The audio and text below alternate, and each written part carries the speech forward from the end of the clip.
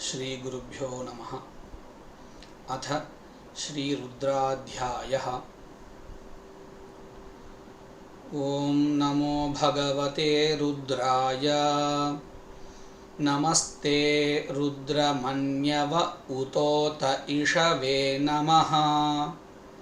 नमस्ते अस्तु धन्वने बाहुभ्यामुत ते नमः। यात ईशुः शिवतमा शिवं बभूव ते धनुः। शिवाशरव्या यातवतया नो रुद्रमृडया। या ते रुद्रशिवा तनुरघोरा पापकाशिनी। तया नस्तनुवा शन्तमया गिरिशन्ताभिचाकशीः। यामिषुं गिरिशन्तहस्ते बिभर्ष्यस्तवे। शिवाङ्गिरित्रतां कुरु माहिगुंसीः पुरुषं जगत्।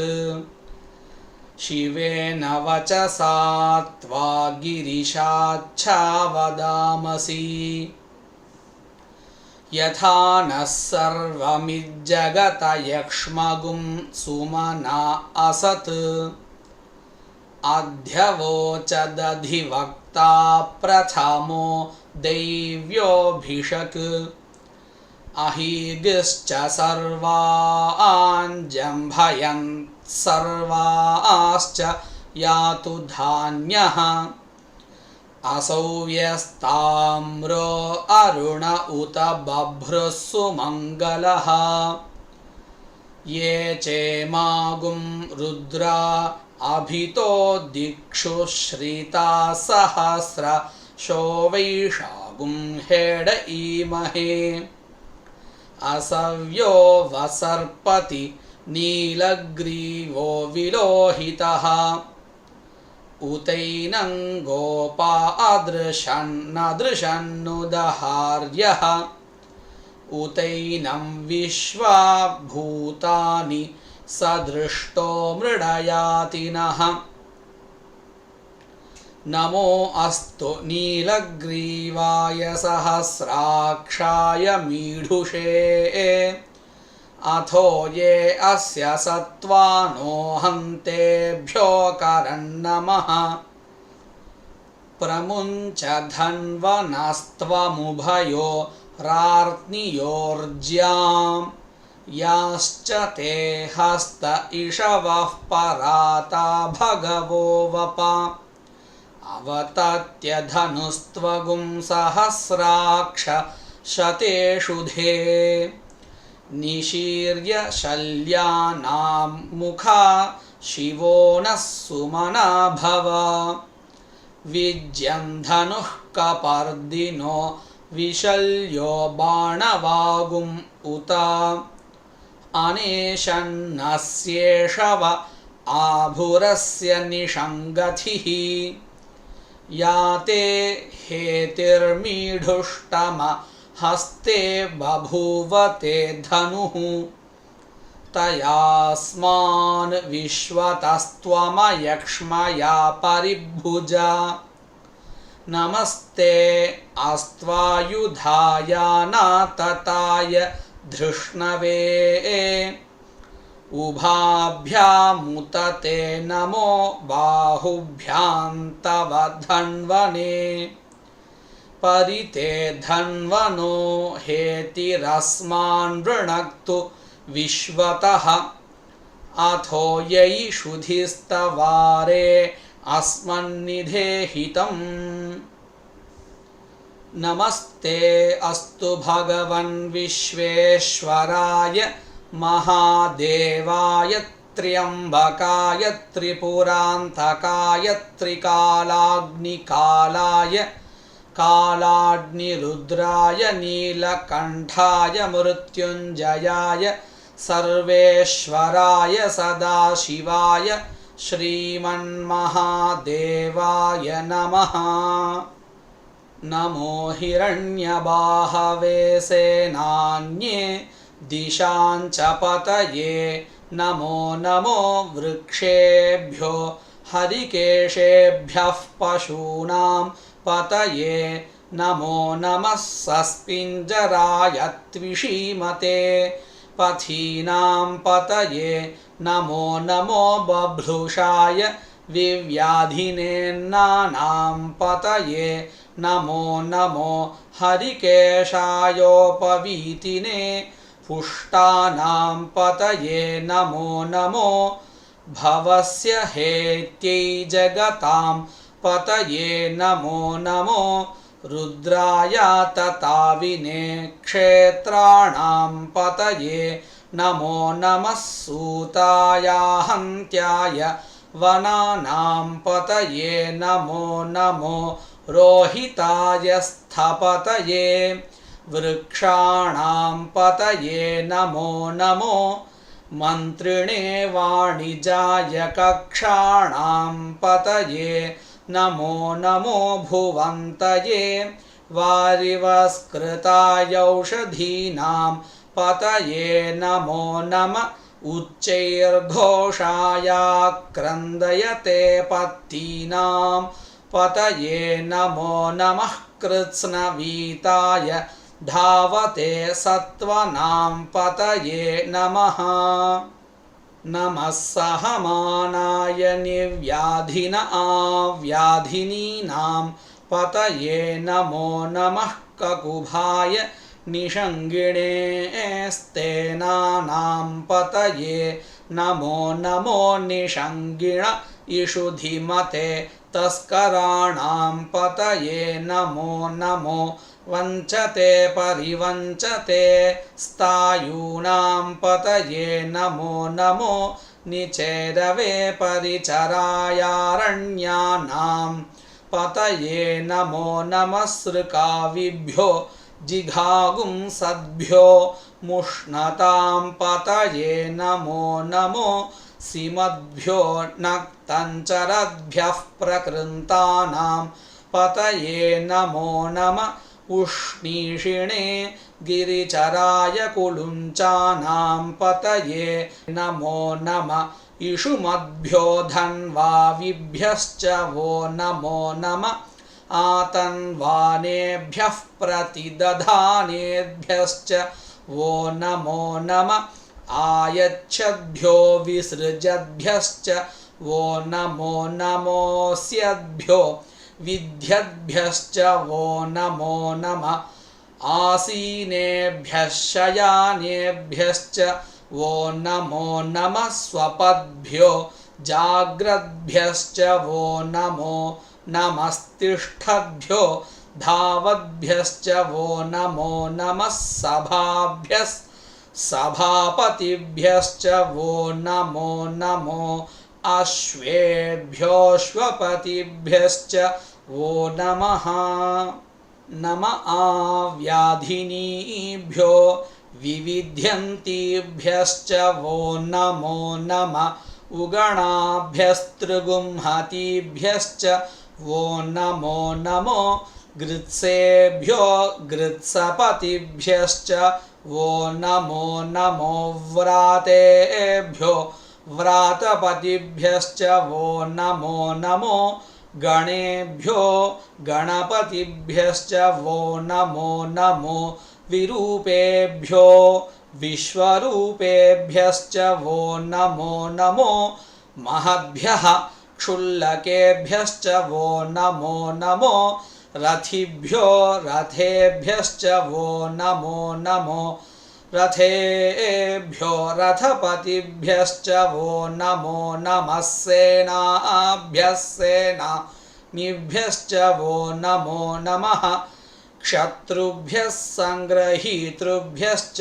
वो नमो नमस्तक्षभ्यो रथकारेभ्यश्च वो नमो नमः कुलालेभ्यः कर्मारेभ्यश्च वो नमो नमः पुञ्जिष्टेभ्यो निषादेभ्यश्च वो नमो नमः इषुकृद्भ्यो धन्वकृद्भ्यश्च वो नमो नमो मृगयुभ्यः श्वनिभ्यश्च वो नमो नमः श्वपतिभ्यश्च वो नमः नमो भवाय च रुद्राय च नमः शर्वाय च पशुपतये च नमो नीलग्रीवाय च शितिकण्ठाय च नमः कपर्दिने च व्युक्तकेशाय च नमः सहस्राक्षाय च शतधन्वने च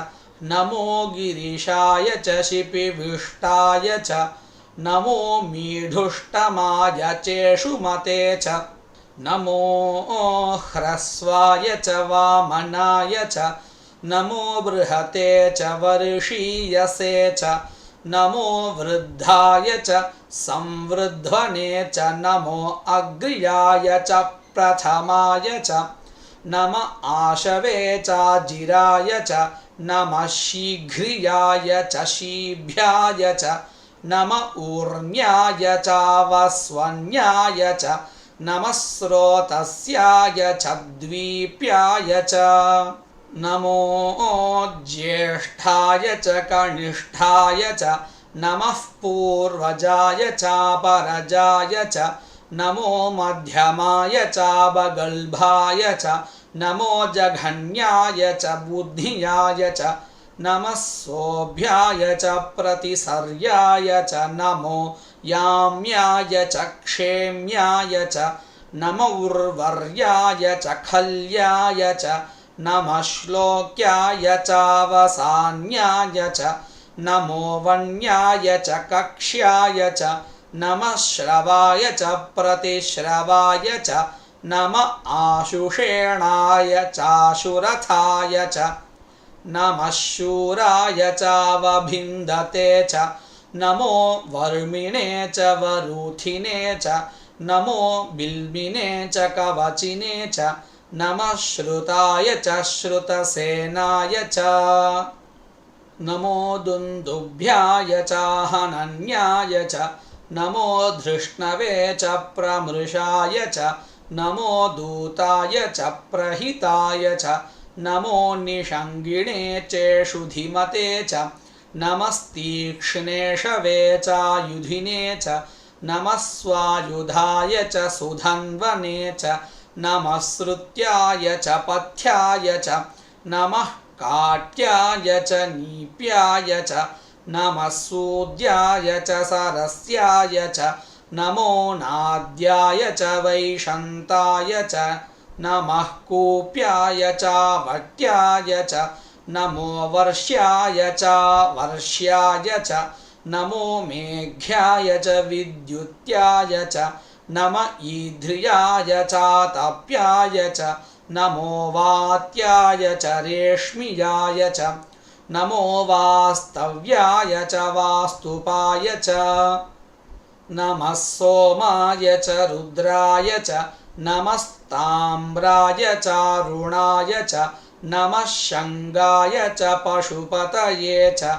नम उग्राय च भीमाय च नमो अग्रे वधाय च दूरे वधाय च नमो हन्त्रे च हनीयसे च नमो वृक्षेभ्यो हरिकेशेभ्यो नमस्ताराय नमः शम्भवे च मयोभवे च नमः शङ्कराय च मयस्कराय च नमः शिवाय च शिवतराय च नमस्तीर्थ्याय च कूल्याय च नमः पार्याय च वार्याय च नमः प्रतरणाय चोत्तरणाय च नम आतार्याय च लाद्याय च नमः शष्प्याय च फेन्याय च नमः सिकत्याय च प्रवाह्याय च नम ईरिण्याय च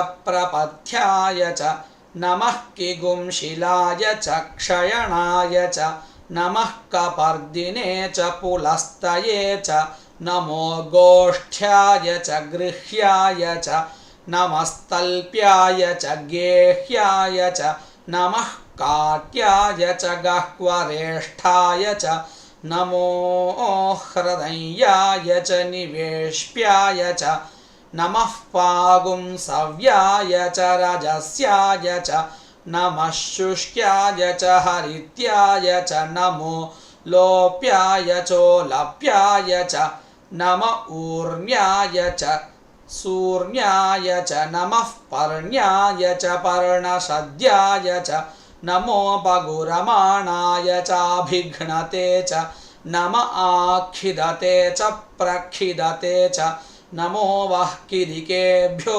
देवानागुं हृदयेभ्यो नमो विक्षीणकेभ्यो नमो विचिन्वत्केभ्यो नम आनिर्हतेभ्यो नम आमीवत्केभ्यः द्रापे अन्धसस्पते दरिद्रन्नीललोहिता येषां पुरुषाणामेषां पशूनां माभेर्मा रोमो येषां किञ्चनाममत् या ते रुद्रशिवा तनूः शिवा विश्वाः भेषजी शिवा रुद्रस्य भेषजी तया नो मृडजीवसे इमागुं रुद्राय तवसे कपर्दिने क्षयद्वीराय प्रभरामहे मतिं यथा नः शमसद्विपदे चतुष्पदे विश्वं पुष्टं ग्रामे अस्मिन्ननातुरम् मृडानो रुद्रो तनो मयस्कृधि क्षयद्वीराय नमसा विधेमते यच्छञ्चयोश्च मनुरायजे पिता तदश्याम तव रुद्रप्रणीतौ मानो महान्तमुतमानो अर्भकं मान उक्षन्तमुतमान उक्षितम् मानो वधीः पितरं मोतमातरं प्रियामानस्तनुवो रुद्ररीरिषः मानस्तोकेतनये मान आयुषि मानो गोषो मानो अश्वेषु रीरिषः वीरान्मानो रुद्रभामितो वधीर्हविष्मन्तो नमसा विधेमते आराते गोघ्न उत पूरुषघ्ने क्षयद्वीराय सुम्नमस्मेते अस्तु रक्षा च नो अधि च देवब्रूह्यधा च नः शर्म यच्च द्विबर्हा आह स्तुहि श्रुतं गर्तसदंयुवानं मृगन्न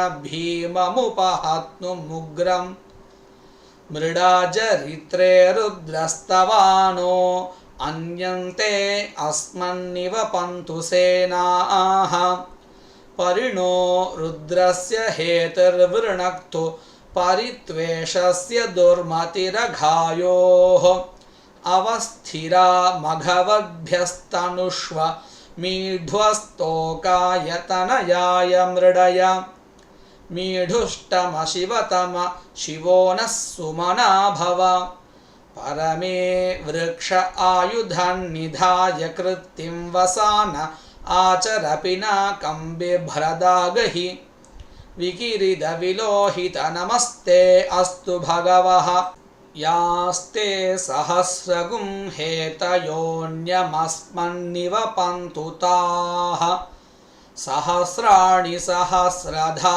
बाहुवोस्तव हेतयः तासामीशानो भगवः पराचीनामुखाकृधि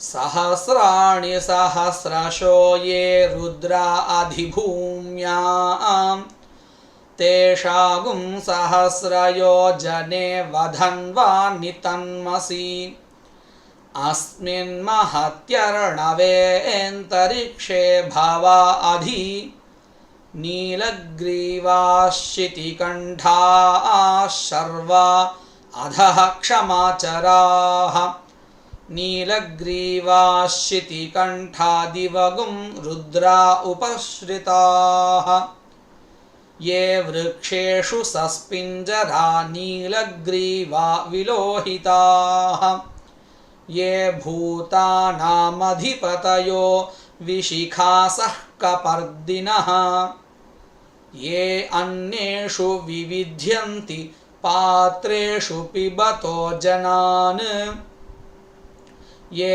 पथां पथि रक्षय ऐलभृदायव्युधः ये तीर्थानि प्रचरन्ति सृकावन्तो निषङ्गिणः ययेतावन्तश्च भूयागुंसश्च दिशो रुद्रापितस्थिरे तेषागुंसहस्रयो जने वधन्वानि तन्मसि नमो रुद्रेभ्यो ये पृथिव्यां ये अन्तरिक्षे ये दिवि येषामन्नं वातो वर्षमिषवस्तेभ्यो 10 प्राचीर्दश दक्षिणा 10 प्रतीचीर्दशोदीचीर्दशोर्ध्वास्तेभ्यो नमस्ते नो मृडयन्तु ते यन्द्विष्मो यश्च नो द्वेष्टितं